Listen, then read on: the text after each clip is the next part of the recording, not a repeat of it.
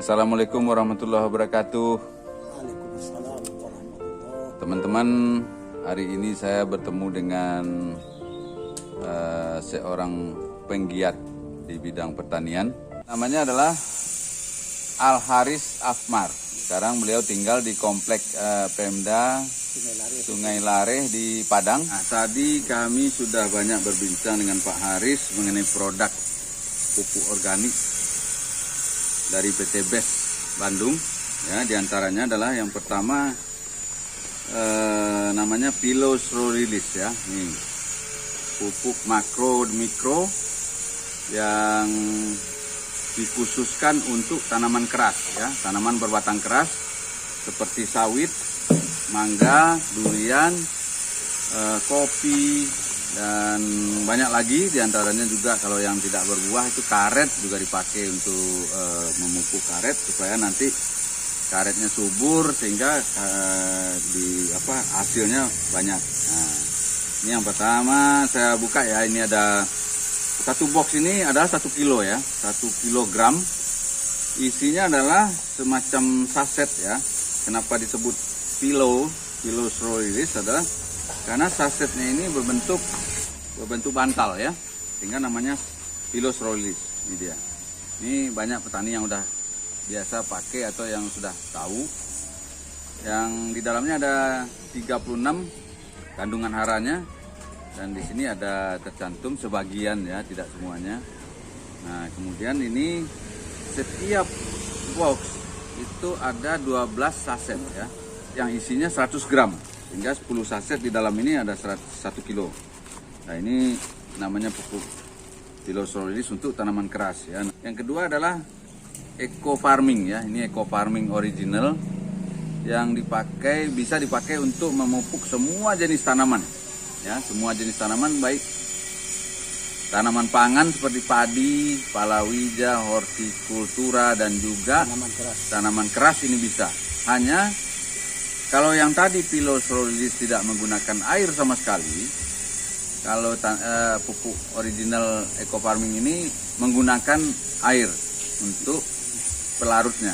Jadi kita harus buat biangnya dulu dalam seliter air, kemudian dilarutkan dalam 150 liter. Kalau kita menggunakan sprayer yang 15 liter, maka ini 10 kali untuk satu ini nih disemprotkannya. Nah, ini adalah eco farming. Yang ketiga, ini eco farming juga ya. Eco farming fotosintesa ya.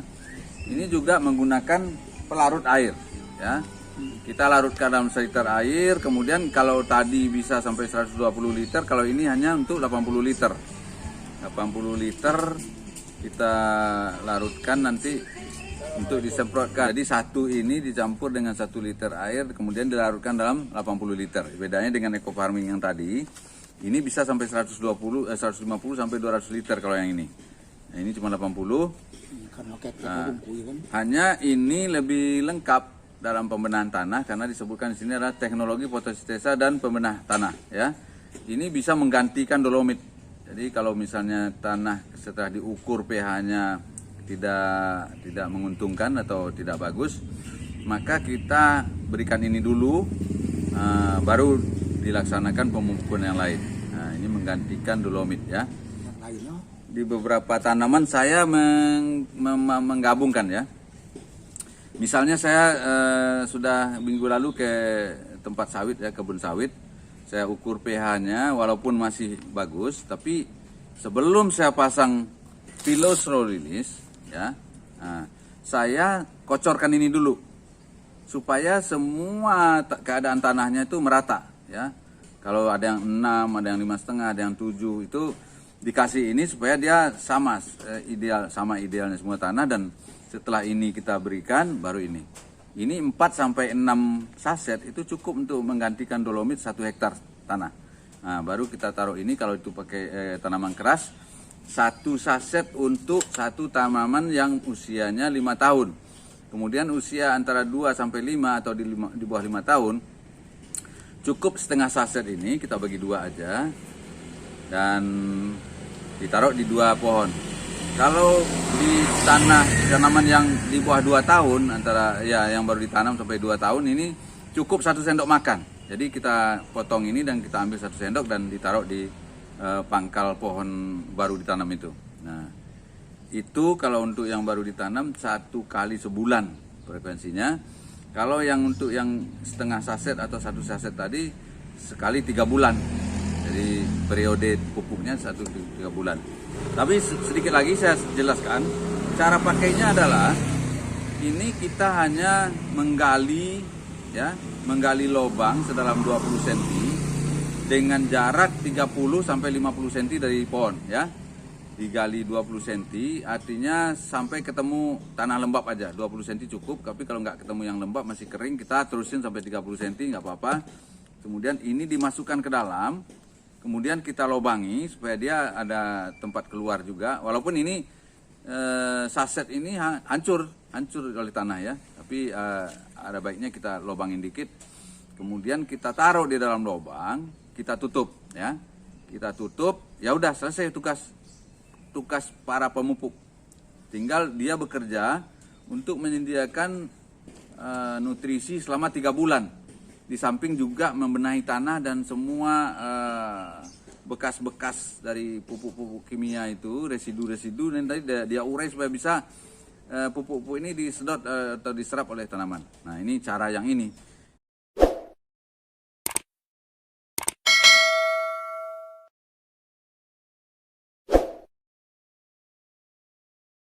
Tadi kita sudah bicara banyak mengenai pupuk eco farming dan filosolilis ya. Walaupun ini baru pertama kali Bapak mendengar dan mendapat penjelasan, mungkin sudah ada kesan dan mungkin ada yang mau Bapak sampaikan mengenai pupuk ini, apakah? Silakan Pak. Mengenai pupuk ini adalah sejenis pupuk organik ya, yang dapat memperbaiki struktur tanah dan di samping itu juga menyediakan unsur hara untuk tanaman. Ya. Jadi pemakaian pupuk ini adalah salah satu yang terbaik di saat ini saya rasa daripada kita menggunakan pupuk kimia. Sebab pupuk kimia itu kendalanya yang pertama bisa tercuci oleh air di waktu banjir atau di waktu hari hujan, karena penyediaannya tergantung dalam keadaan larut dengan air. Dia cepat larut ya. Iya. Bahkan juga menguap ya Pak ya. Menguap. Sedangkan pupuk organik ini tersedianya tetap utuh di dalam tanah karena dia bereaksi langsung dengan makro mikro unsur dari tanah tadi, sehingga dapat tersedia secara terus-menerus dalam waktu yang lama.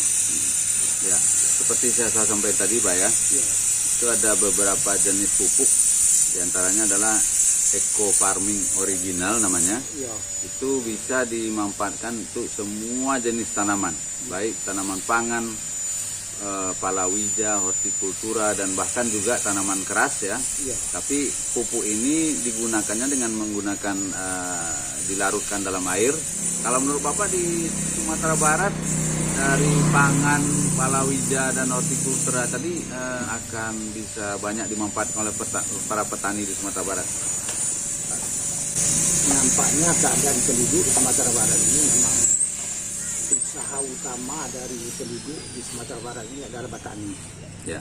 Karena di sini unsur-unsur industri tidak berkembang karena memang tidak ada pendukung-pendukung untuk industri. Jadi arahnya ke pertanian ya Pak ya? Ya, jadi arahnya harus ke petani. Jadi penggunaan pupuk ini nampaknya akan sangat berkembang di Sumatera Barat kalau memang petani telah mengetahui dengan baik pupuk ini sehingga dapat memberikan keuntungan yang berlipat ganda bagi petani. Pertanyaan berikutnya untuk Pak Aris adalah di Sumatera Barat ini kira-kira peluang untuk memasarkannya ke petani, apakah ada petani pangannya sendiri, palawija, hortikultura, atau tanaman keras ya? Intinya tetap penjualan ya, kita melakukan penjualan, apakah itu penjualan secara paket. Kalau penjualan secara paket ini para pembeli itu langsung otomatis menjadi member ya, dan mitra, dan juga bisa dijual secara eceran ya. Bisnisnya ini bermanfaat juga buat orang-orang yang melakukannya nanti, yang aktif di sini, karena bisa mendapatkan pendapatan secara harian, mingguan, dan juga ada semacam kalau untuk para petani atau pemilik kebun ada cashback ya. Setelah mendapatkan poin dan sesuai dengan persyaratannya, itu kalau 100 pasang poin ada cashback 20 juta Pak. Ya. Kemudian kalau poin yang sama itu tidak angus, kemudian dia akan bisa ditingkatkan lagi, ditambahkan menjadi 300, maka cashbacknya itu 150 juta. Kemudian kalau sudah mencapai 1.500 poin itu cashbacknya 500 juta, dan apabila 3.000 poin cashbacknya 1 miliar. Jadi para petani dengan mendapatkan cashback ini akan juga menguntungkan. Di samping yang menjadi member itu akan mendapatkan potongan harga sampai 50% ya. Nah, ini salah satu beberapa keuntungan menjadi member ya. Yang pertama tadi waktu masuk jadi member itu dari persyaratan harus memiliki produk sebanyak satu paket isinya 12 box. Itu nilainya adalah 12 kali 250.000 3 juta ya. Nah, tapi kita membayarkan hanya 2 juta. Jadi ada semacam keringanan sejuta udah ada. Kemudian untuk jualan paket ini kita dapat member ini dapat komisi 20% ya. Tergantung paket yang dijual. Paketnya ada 5, mulai dari 1 hak usaha, 3, 7 dan 15 dan 31 hak usaha. Nah, ini semua akan mendapatkan komisi langsung harian. Apabila hari ini dikonfirmasi penjualan, besoknya sudah masuk ke rekening para mitra. Nah, jadi ada pendapatan harian. Kemudian pendapatan yang bersifat mingguan juga ada, yaitu dengan terbentuknya pasangan itu kita dapat 50.000. Tapi dibatasi dalam sehari sampai 12 pasang, artinya 600.000. Kalau orang yang aktif sekali, maka setiap hari dia bisa dapat 600.000. Kalau sebulan itu udah 18 juta Pak. Kemudian yang terakhir tadi cashback itu, jadi ada cashback 20 juta, ada cashback 150 juta, ada cashback 500 juta dan 1 miliar.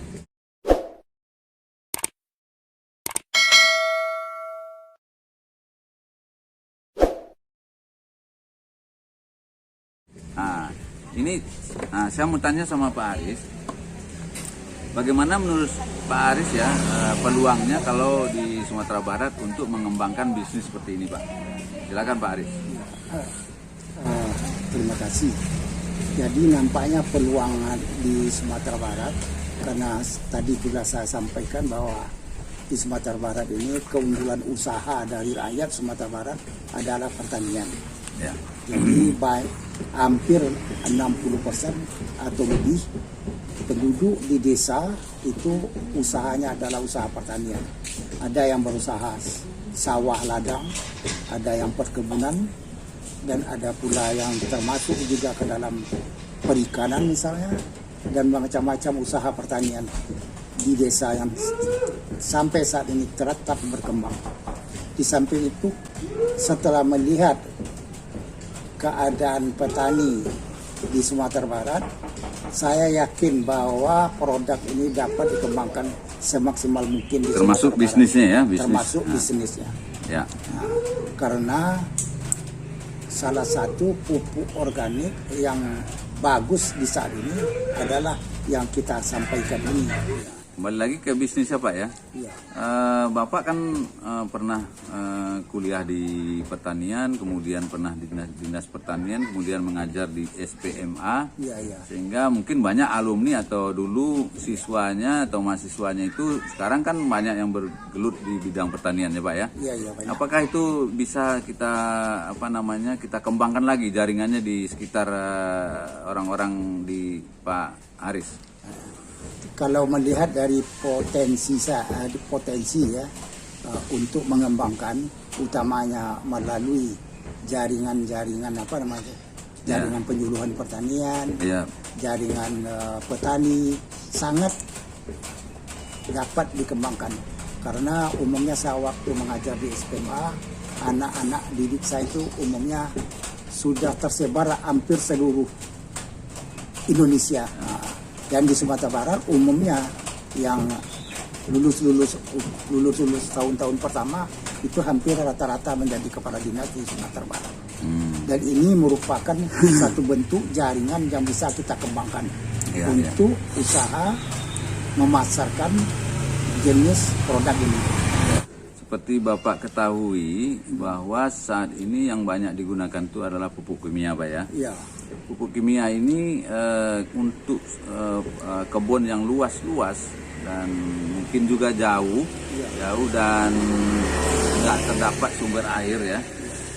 Itu kan cukup membuat biaya pemupukan tinggi ya.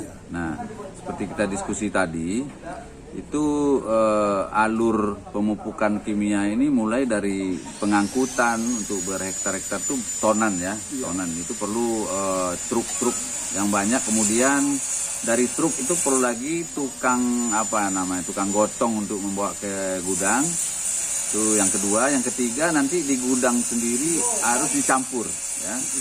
Jadi semua pupuk dicampur, ada urea, TSP, KCL itu campur, kemudian baru disebar ke tanaman ya Pak ya. Nah itu cukup membuat tinggi aplikasi tinggi pembiayaannya. Nah pertanyaan saya ke Pak Aris adalah bahwa Pak Aris kan sudah banyak pengalaman di bidang pertanian ya, termasuk tanaman keras. Setelah mendengar tadi penjelasan mengenai Pileus rolilis untuk tanaman keras ya, bagaimana efisiennya biaya pemupukan dan kira-kira seperti apa menurut Pak Aris kalau misalnya petani ini harus memupuk terus dengan urea ya. Nah, silakan Pak Aris. Jadi kalau kita lihat ya, dalam pemakaian pupuk Pileus rolilis ini lebih efisien dan sangat hemat tenaga, karena untuk satu batang pohon yang telah berumur 5 tahun kita hanya membutuhkan satu paket kecil ini saset, ya. Dan dikuburkan ke dalam tanah sedalam 20-30 cm dengan jarak 50 cm dari pokok tanaman atau dari batang tanaman. Kalau pupuk orsa itu kita menyebarkan sampai beberapa kilo setiap tanaman pupuk kimia. Jadi memakai banyak tenaga, memakai banyak bahan kimia, efisiensinya nampaknya agak kurang dibandingkan dengan pupuk organik yang kita pasarkan ini. Jadi kita mendapatkan suatu efisiensi yang sangat besar kalau menggunakan pupuk organik yang benar-benar dapat memperbaiki tanah, menyuburkan tanaman, di samping itu juga dapat pula memperbaiki struktur tanah. Itu kira-kira yang dapat yang dapat kita sampaikan dalam penggunaan pupuk organik ini.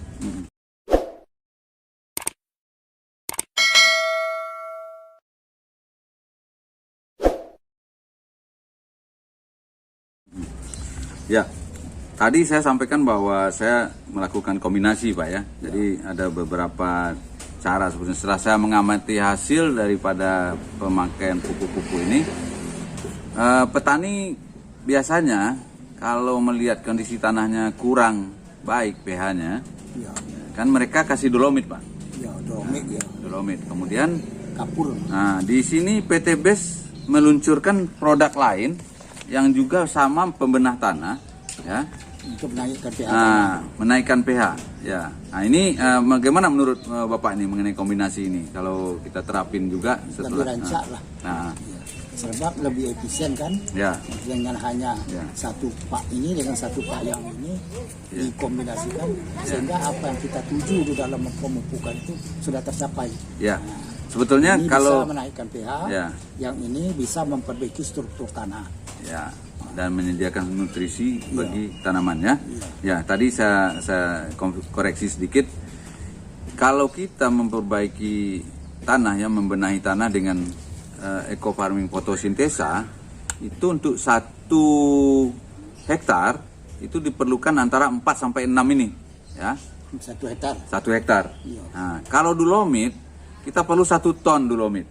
Nah, ini bedanya adalah tidak hanya beratnya dan pengangkutan segala macam, dan cara ya, penggunaannya cara penggunaannya. Nah ini lebih baik. efisien. Ya, jadi para saya setiap kali pergi ke perkebunan selalu minta ini dilakukan sekali saja di awal.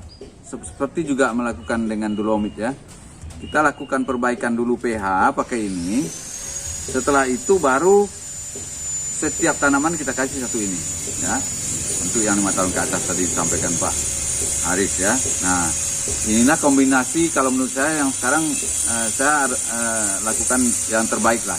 Karena selama ini kami cukup, sebetulnya ini aja cukup. Ini diberikan satu ke setiap pohon itu cukup gitu loh. Tapi kadang-kadang kan ada petani lihat, loh kok nggak gerak ya Pak ya, kok lambat ya, kok apa. Nah ini saya pastikan dulu kondisi tanahnya, tapi tidak pakai dolomit, pakai ini aja. 6 ini atau 4 aja paling enggak sudah cukup untuk membenahi tanah.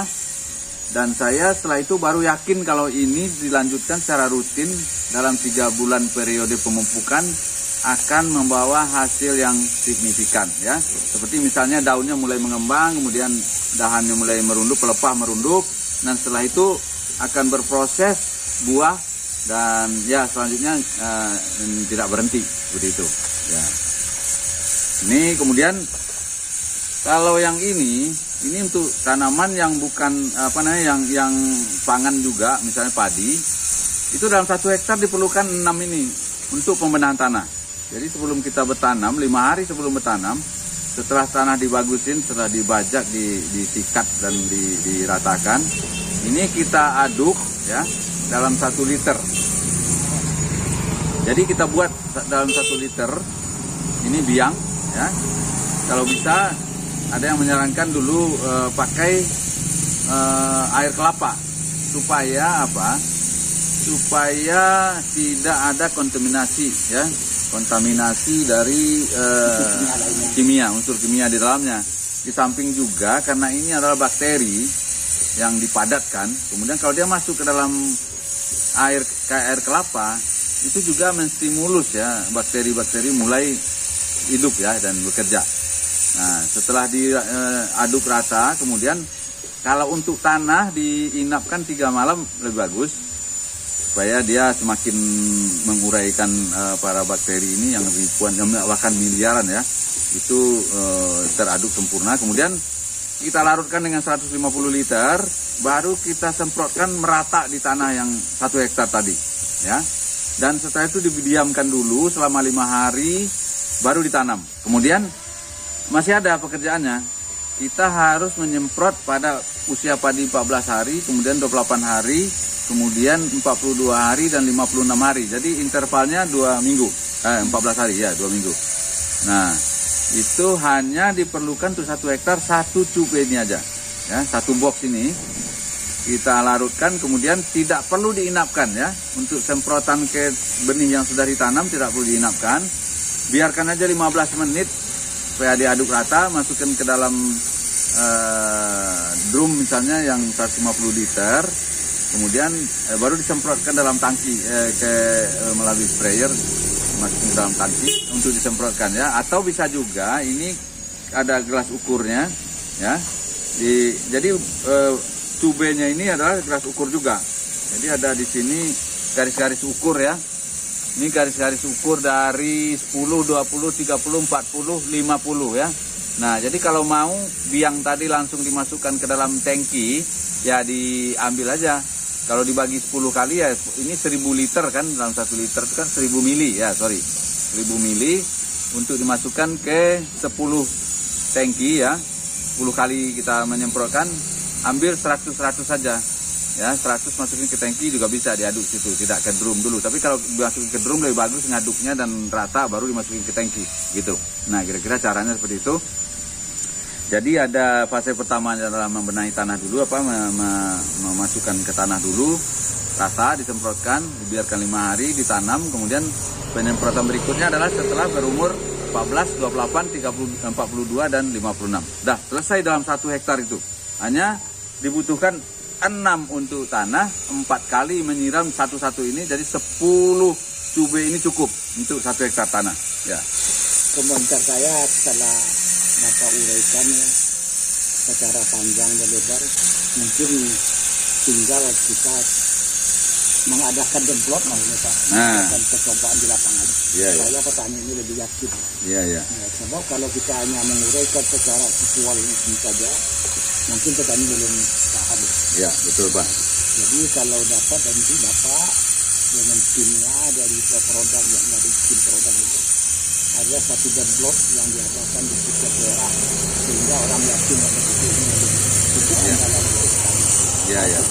Ya. Terima kasih Pak ya. Jadi nanti saya akan hubungi Bapak lagi ya. Makasih Pak. Assalamualaikum warahmatullahi wabarakatuh.